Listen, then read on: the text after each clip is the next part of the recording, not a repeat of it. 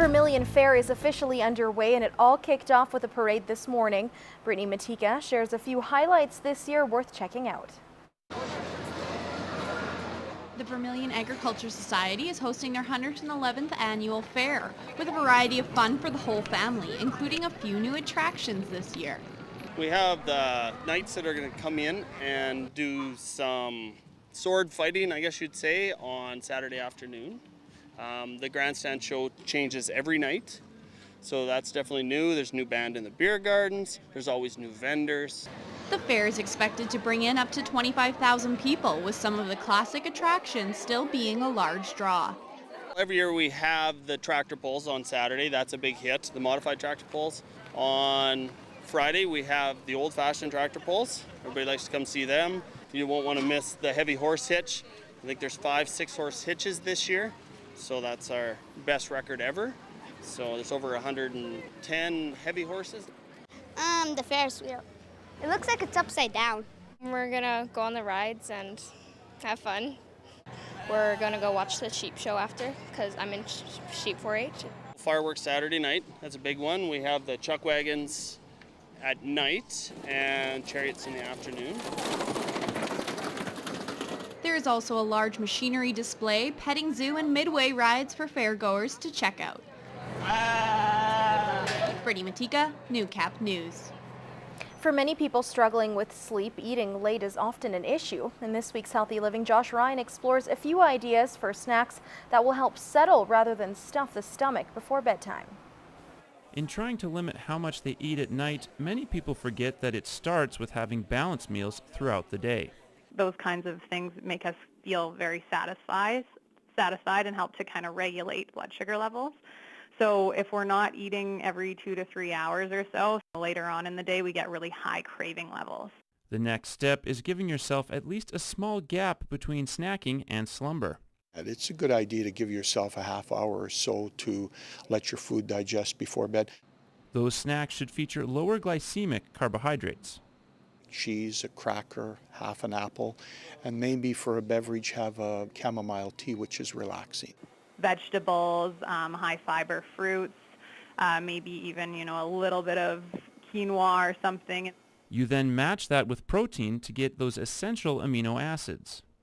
So something like cottage cheese or plain Greek yogurt has that casein protein from milk in there. And it just helps to kind of slow down that digestion so that we're not spiking the blood sugar levels. And while it's important to avoid going to bed stuffed, an empty stomach isn't the answer. You don't eat too much, but then again, have a healthy snack before bed, especially if it's high in protein, may help you have a deeper sleep. Josh Ryan, Newcap News. This is Newcap Sports.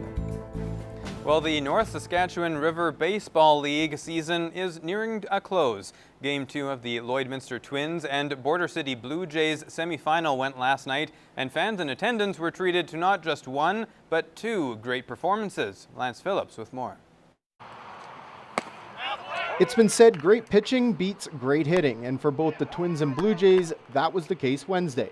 It was a pitching duel for the ages, and when it was over, it was Kobe Field's complete game work of art that gave the Blue Jays a 3-1 win, and more importantly, a series sweep of the Twins.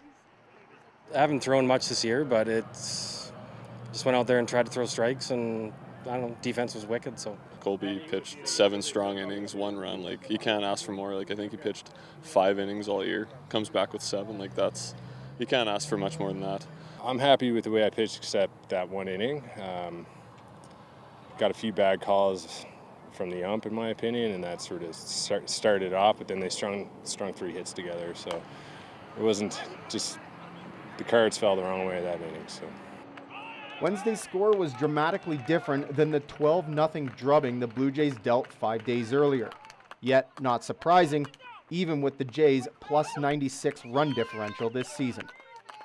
This is the kind of game we typically have with these guys, like a close, it's been we won 1 and they won 1 this year, and they're both close games. So this kind of score, like 3-1, was sort of more along the lines of what we expect. Now the focus turns to a league championship against the Unity Cardinals, a team the Jays beat 7-2 in their only meeting this season.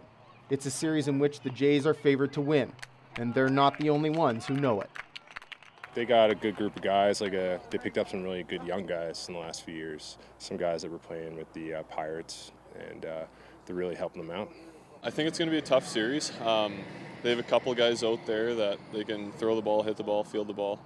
But overall, I think our group is pretty confident going in. Despite Fields' performance Wednesday, pitching is still an area of concern for the Blue Jays, with finals beginning next week. Number 2 starter Jason Fechter, who was injured in a car accident, is believed to be out for the remainder of the season, meaning staff ace Jared Coghill, like he has all season, will once again have to prove why he was chosen league MVP. Lance Phillips, Newcap Sports, Lloydminster.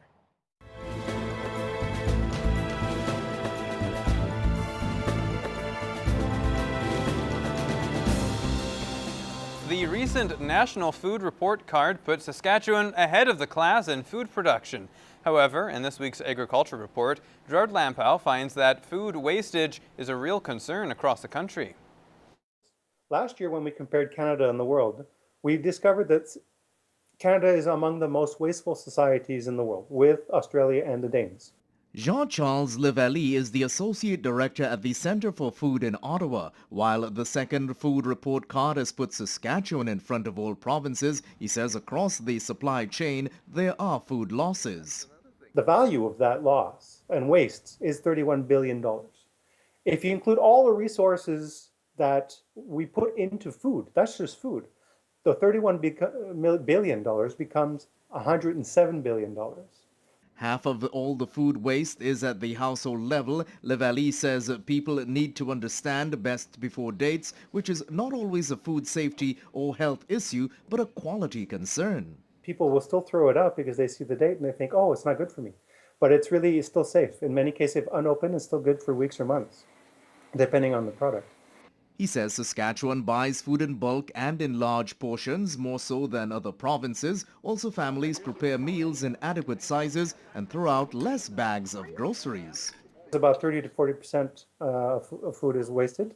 So when you come out of the shop and you're carrying 3 bags, you may as well just throw away one of the 3 bags you just bought, because that's what you're doing that week anyway.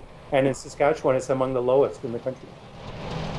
Yay, Saskatchewan! Overall, Canadian producers do a tremendous job making food available, but consumers need to step up to the plate. We have to improve on our food literacy, our ability to understand labels, to prepare food, to store food, to reduce waste. Gerard Lampow, Newcap News.